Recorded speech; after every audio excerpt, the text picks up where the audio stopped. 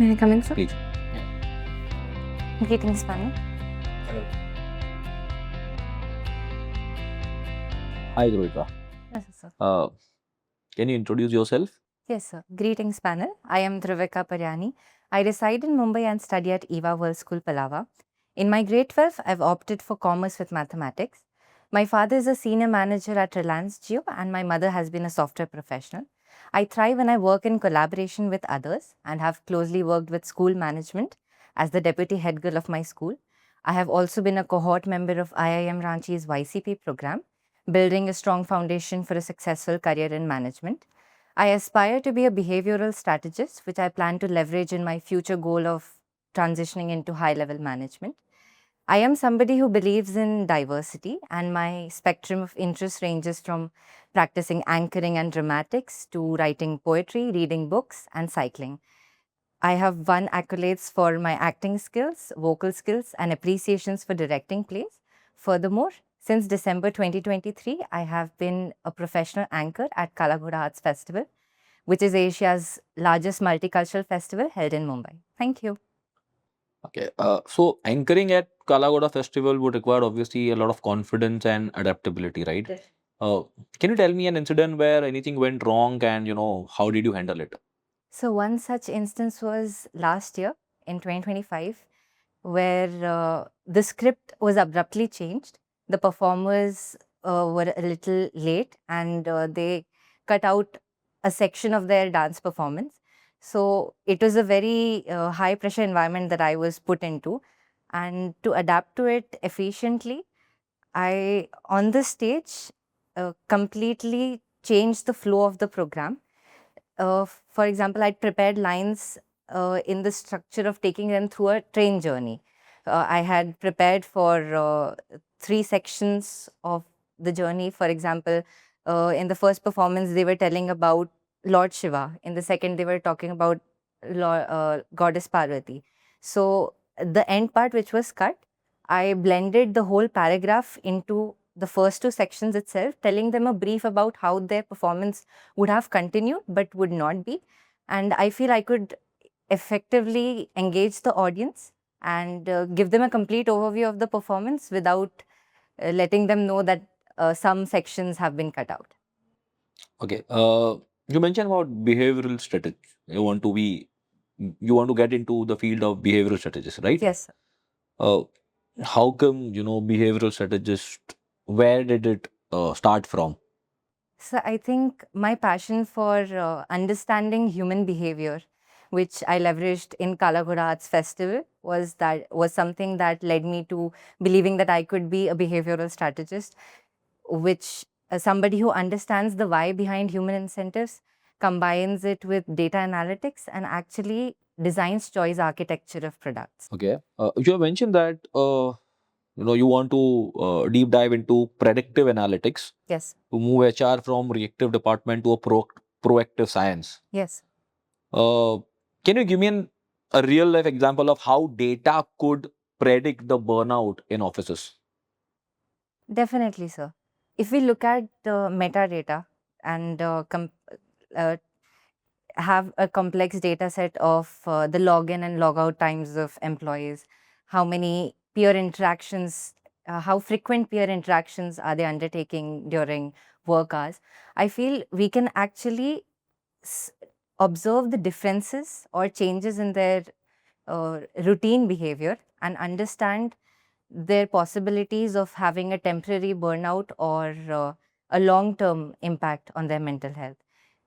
This was something that one of my peers was talking to me about, wherein they did a case study to actually understand how employees take frequent breaks during work hours to relieve themselves, and to channelize it into understanding how frequent burnouts can be possible. I feel I will need more quantitative training, which I aim at learning in this course. You mentioned behavioral strategist. Yes. What does it mean? So, in my opinion, it means somebody who can understand the why behind human incentives, also prove it with data, and design choice architecture of products to help channelize a great impact of the products a company launches. Okay. So since you're more interested in human behavior, why don't you move towards psychology? So, a pure course in psychology will definitely tell me how human behavior impacts a lot of things. But I feel that is the soul of any organization. It also matters how I can prove this human intuition. Like at the Kala Ghoda Arts Festival stage, I can definitely engage the audience very effectively, identify the nudges, which is practically the psychological aspect of my professional So experience. you want to move towards HR, is that understanding correct? No, sir, not quite concretely, So because if I ask you, let's say you complete this course and yes, sir. then you go further and work in the corporate sector, Yes. what would be your designation after 5 to 10 years in your mind? So 5 years down the line, it would definitely be a core member who designs choice architecture and analyzes data. I Okay. feel I will be the translator who bridges the gap between the code and the consumer and translates complex data sets into non-technical stakeholders. I feel that is where I will put my human communication skills to the optimum utilization. So I'm still confused. Are you interested in HR analytics as a domain or business analytics as a domain? HR analytics, definitely, sir. All right. What have you done related to analytics or data science?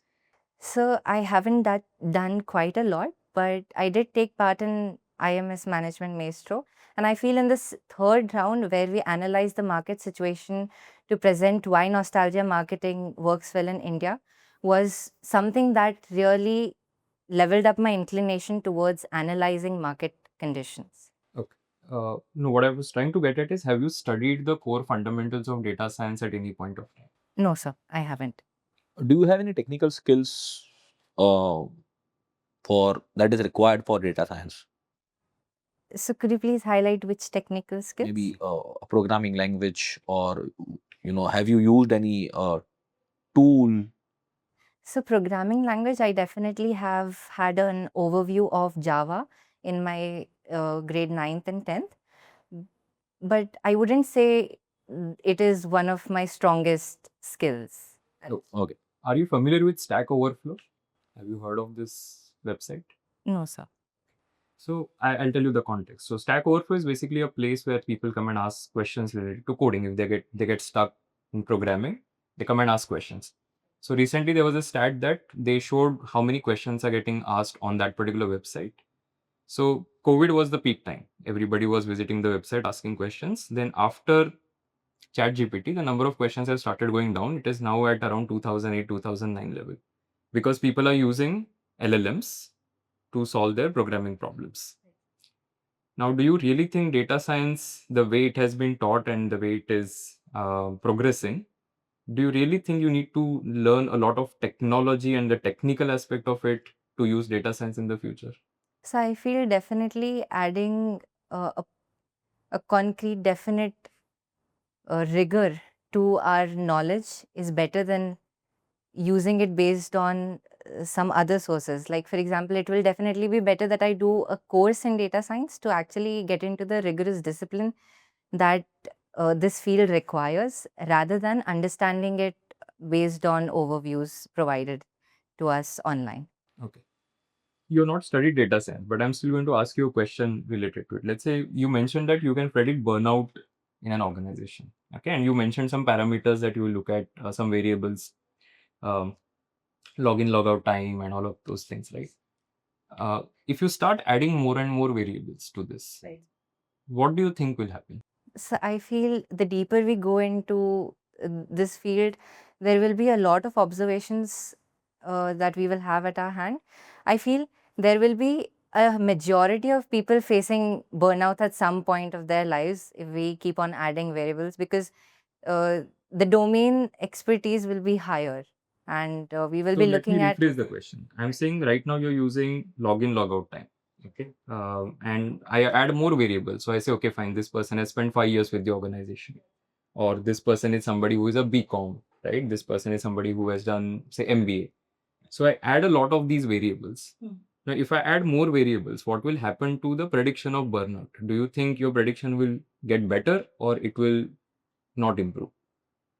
It will definitely get better, sir, because we will have a very comprehensive analysis of the case study that we are looking at. Okay. So you will keep on adding variables in that case. To a limit, sir. Not necessarily. Why to a limit? Why would you limit?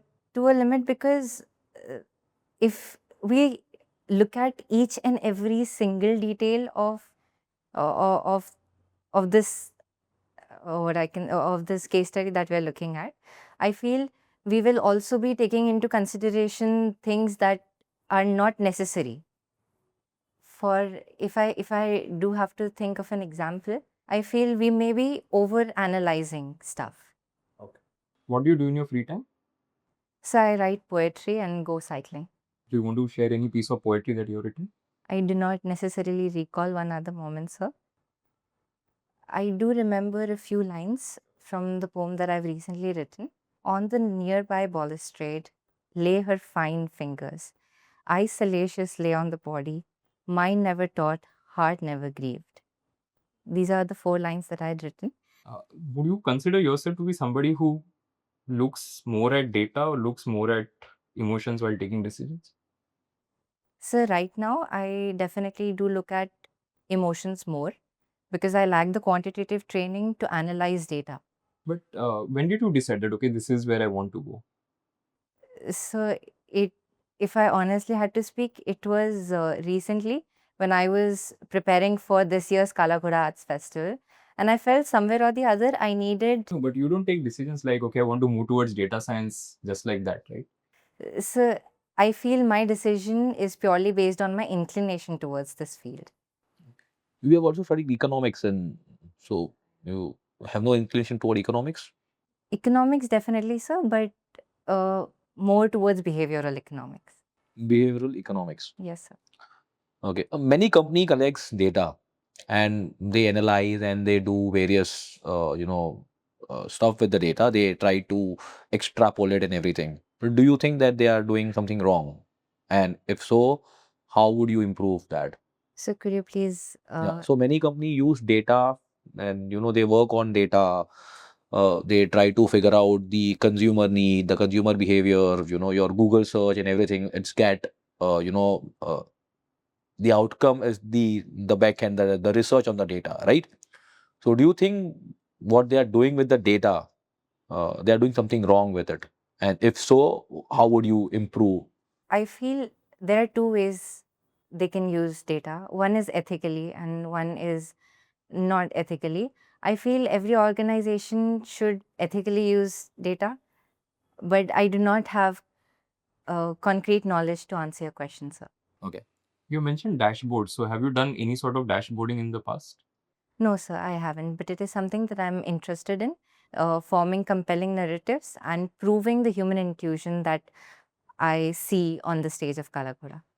Okay. So how would we trust you? How should we trust you that, okay, you'll be able to do it? Because right now everything is based on your inclination. Right, sir. I think more than that, it is revolving around one event, that is Kala Ghoda. I Yes. think all her, So if she Kala what had not happened, happened, you would not have, you wouldn't have selected data science, right? I would have selected data science, sir, but I would then be more inclined towards gaining mathematical rigor before joining the course. But I feel at this point, I have some knowledge about uh, the nudges in behavioral economics as a professional experience at Kala Ghoda, and I'm here to gain the quantitative rigor that I need to prove this intuition. can you tell me difference between data science, machine learning, and business analytics? Is there any difference or there's no difference? There definitely is a difference. So data science, I can give this question my best answer. I feel data science is a combination of uh, structured data alongside computers and how they analyze the whole unstructured and structured data sets. Machine learning, I'm so sorry, sir, I am not able to put it in words. And business analytics would be how products or any schemes that a business does or anything that it implements in the operations, how that impacts its consumer market. What do you consider as your biggest strength? So I consider my strong collaborative intelligence as my biggest strength. Okay, and what about area of improvement? Area of improvement, so I tend to take people at face value. So I definitely need to approach them by asking more clarifying questions and utilize the test but verify approach, wherein I need to know more about their perspectives before making decisions. Why do you want to join IIM Bangalore? So, one challenge that I've faced in my daily life is depth versus breadth challenge. I feel spreading myself too thin on various interests is somewhere or the other a weakness of mine. And I feel this 4-year course at IIM Bangalore gives me the immersive environment and a platform to refine my ability to stay focused on complex long term goals, gain mathematical rigor that I currently lack, and improve my rigorous discipline. I'll give you an alternative that you can do, right? So, I mean, why don't you go and do something like, let's say, IIT Madras has a B.Sc in data science that they offer. So, you can pursue a course in psychology or economics, and alongside that, you can do the IIT Madras bachelor's in data science. Definitely. So, that can be one part. But I feel the interdisciplinary environment that IIM Bangalore is offering would be a boost to my professional experience. I think interdisciplinary approach is also offered by IIT Madras. I'm quite not sure about that, sir. So, which was your favorite subject? So I feel it would be economics if you're talking about the main subject, sir. Uh, can you explain me what is diminishing marginal utility? Sure, sir. The law of diminishing marginal utility, ceteris paribus, says that as a consumer keeps on going, consuming more and more units of a commodity, the utility or the satisfaction derived from it keeps on diminishing. Is it true always? So, from my personal experience, definitely, sir. But there may be certain exceptions. For example, I'd say ice creams, in my personal opinion. But then, you can't keep on having ice cream like 3, 4, 5. I mean, you will obviously have your utils will keep on decreasing, right? Yes, sir. It's again fall under the same. Definitely, sir. Yeah. But I think the marginal utility will diminish at a slower rate. But it will still diminish. Yes, sir. Definitely. So you are not able to come across any such goods or something. Are there any exception to this? I feel no, sir. Okay. What about addictive goods, cigarette or money? I mean, you earn more money, you want more money. I mean, the utility for earning more money will not decrease.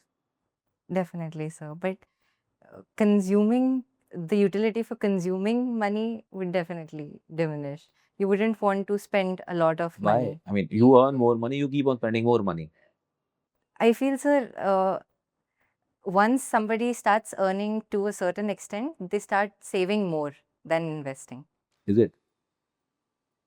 Okay. I have a question. So, I mentioned I'm done, but I'll ask a question. You mentioned behavioral economics a lot. So, are you aware of any behavioral economist who have won Nobel Prize? No, sir. Are you sure? Yes, I am not aware about that. Who gives Nobel Prize in economics? Sorry, sir, I don't know. Any Nobel Prize winner from India in economics? From India, no, sir, but I can definitely cite one winner. It is Joseph Smith-Peter. You heard name of Mr. Amartya Sen? Yes, sir.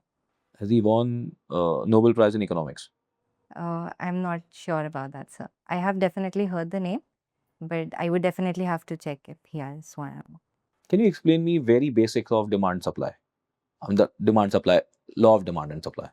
Right, sir. So if I start explaining demand, it would be the willingness of a person to purchase a commodity, or I'd say the desire to have something as your possession, and uh, it would be it would definitely be the willingness of a producer or a consumer to buy a commodity. Very basic. Yes, sir. Law of demand and supply. Explain me the law of demand and supply. Are they directly related or inversely related? how it is. Sir, sorry, I cannot give a concrete answer to that. Okay. ठीक है हेमंत जी Yeah. ठीक है done. Thank you. Thank you. Thank you, sir. So, Dhruvika, how was it according to you? I still have scope for improvement, sir. A lot. So, see, to give you one feedback, which is sort of covering everything, is basically the story has to be much better, right? The story that you're trying to tell us at this point of time, that why you're interested in this particular program, that story itself has to be much better. Right. Currently, everything is revolving around that Kala Ghoda Arts Festival, which was like a transformative experience in your life.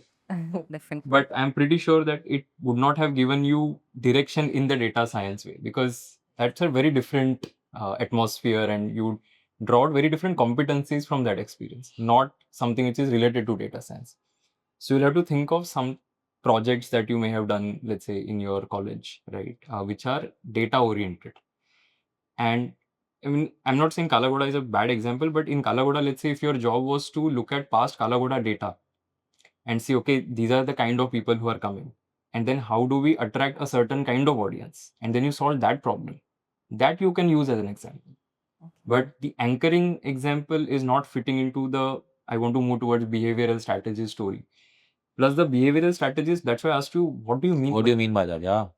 right? So if I say I'm going to be a problem solver, it's a very generic word. Right, sir. So what are you going to do? So are you going to be solving HR analytics problems? So I asked you that. Right, sir. If you say HR analytics, then you have to know, okay, what HR is, what problems analytics can solve within HR. Right, sir. So you have to know the kind of jobs also that you will get after this, right? So I think you should speak to a few people who have done data science and who are working in different domains, because data science can be applied in marketing, finance, operations, HR, everywhere.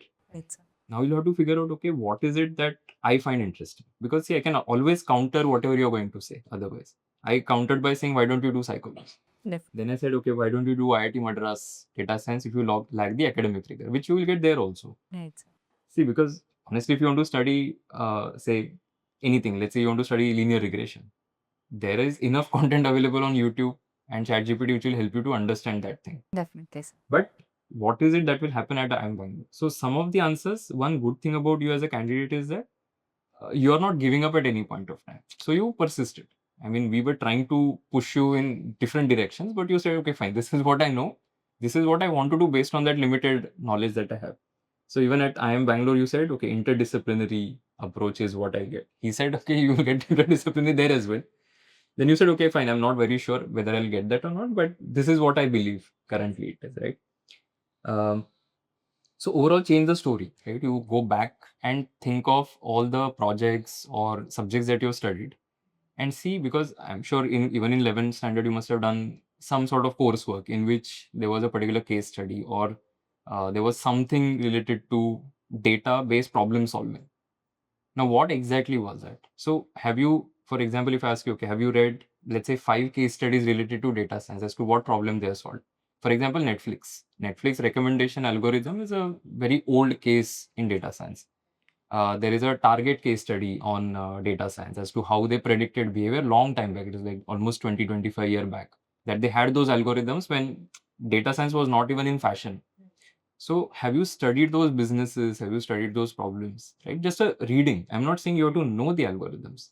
So even if you don't tell me, okay, what's the difference between, say, a linear and a logistic regression, I'll be okay with it. But have you come across these steps? See, technical, they also know that you will not be able to tell me, okay, what is curse of dimensionality, for example. They'll not ask you that mostly. But if they ask you, at least have you heard of something like that? So that's why I asked you this question, that if you keep adding more variables, what happens? And what you said was, we might end up over analyzing. So there's a limit. And this is precisely what you will study from a technical perspective. So you can't keep adding variables, because the more dimensions you add, the more complicated it becomes to visualize and also explain. And it starts overfitting the data that is there. So that is why there are these penalties that are given in algorithms. There is AIC, BIC, different forms of penalties, which say that you should not be adding too many variables also. So you can't study all the variables about a person to predict something. So I would say you need to spend some time, just the basics, right? Basics of data science, basics of business analytics. I asked you difference in data science, machine learning, business analytics. even that was not very clear, because you're like, what exactly is machine learning? Right. Because we use those terms also interchangeably, but they're different. So what is the difference? So if I'm going to say I'm interested in data science, econ, business analytics, what are the 30, 40 questions, technical questions, that I should prepare for? And let me prepare for that. See, there will always be something that you'll not be able to answer. Right. But can I predict 70, 75% of content which I might be asked on that particular? So focus on that. That should help. Think you could have, given more bucket points in your introduction.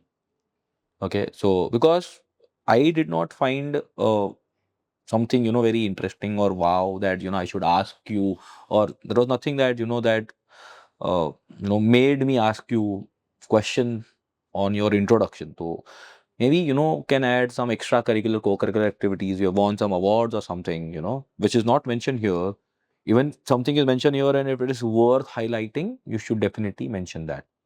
Okay. uh, that was the first feedback. Second, again, behavioral feedback, I would say that when there are two panelists, when I am asking you question, you shouldn't be talking only to me. I Definitely, sir. I observed that multiple times when Prasad sir was asking question continuously, you were looking at him and while answering. So, I am saying that maybe 70, 80%, 60, 70% you look at him and constant eye connect because he is continuously asking question. But there has to be a connect and eye contact with me.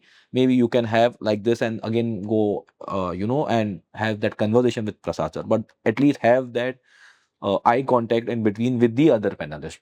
It might happen that in the actual interview there are three panelists.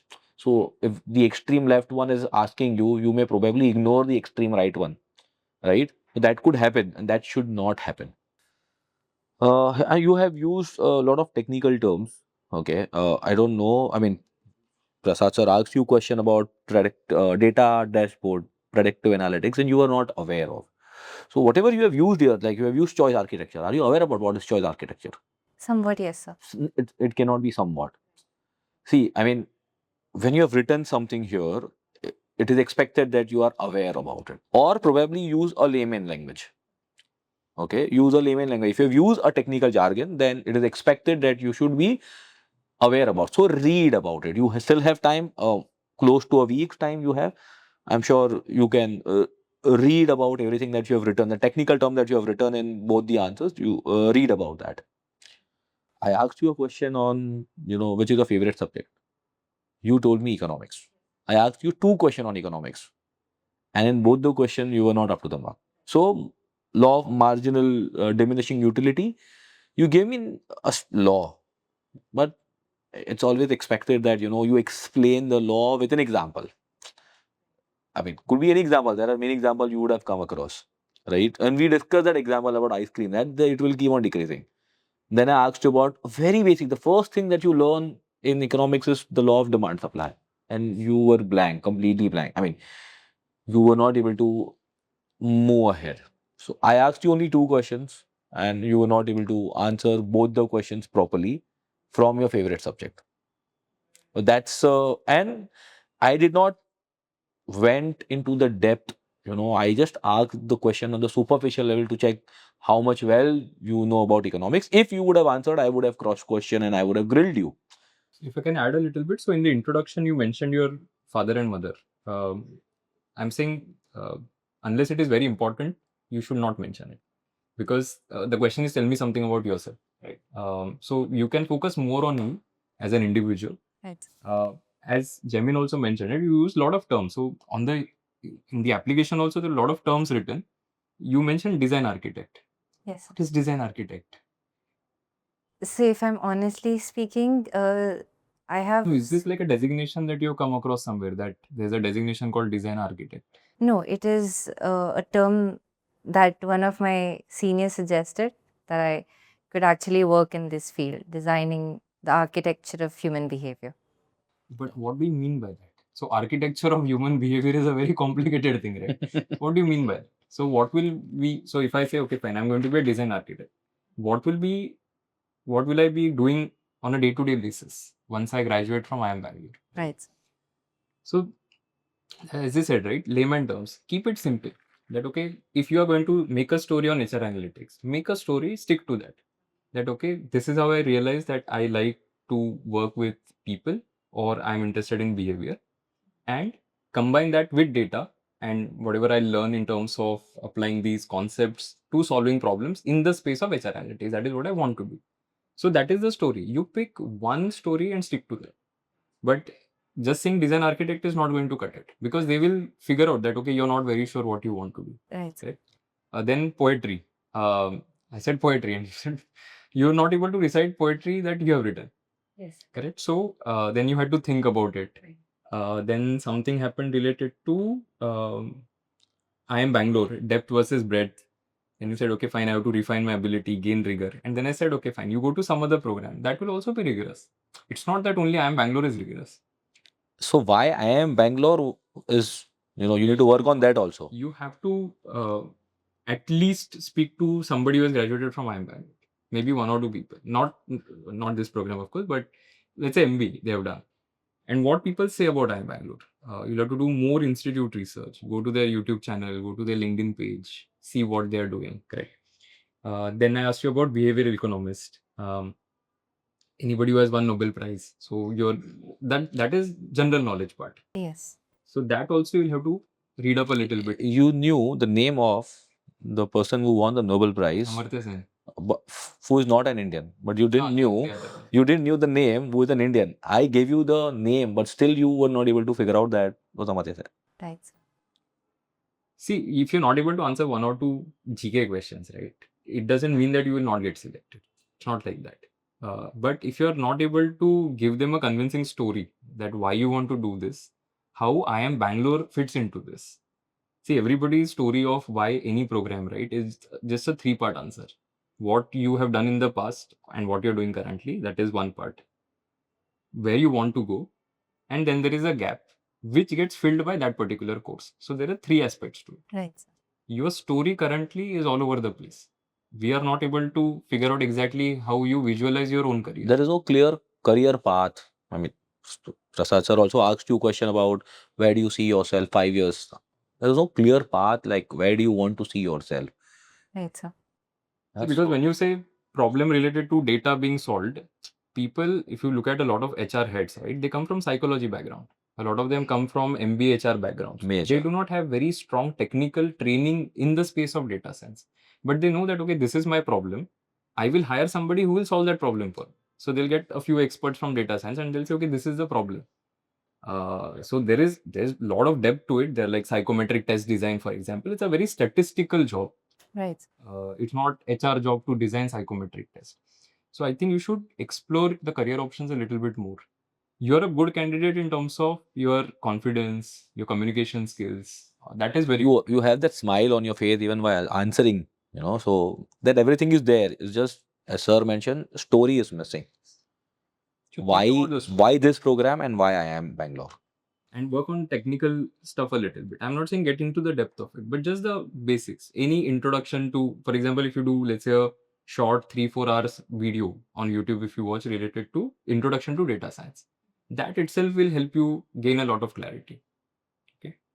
Did you attend the live session on data science that we conducted? No, sir. So, and I'm sure you wouldn't have watched the recording also yet. Sir, no, I haven't. Otherwise, you would have answered a lot of questions.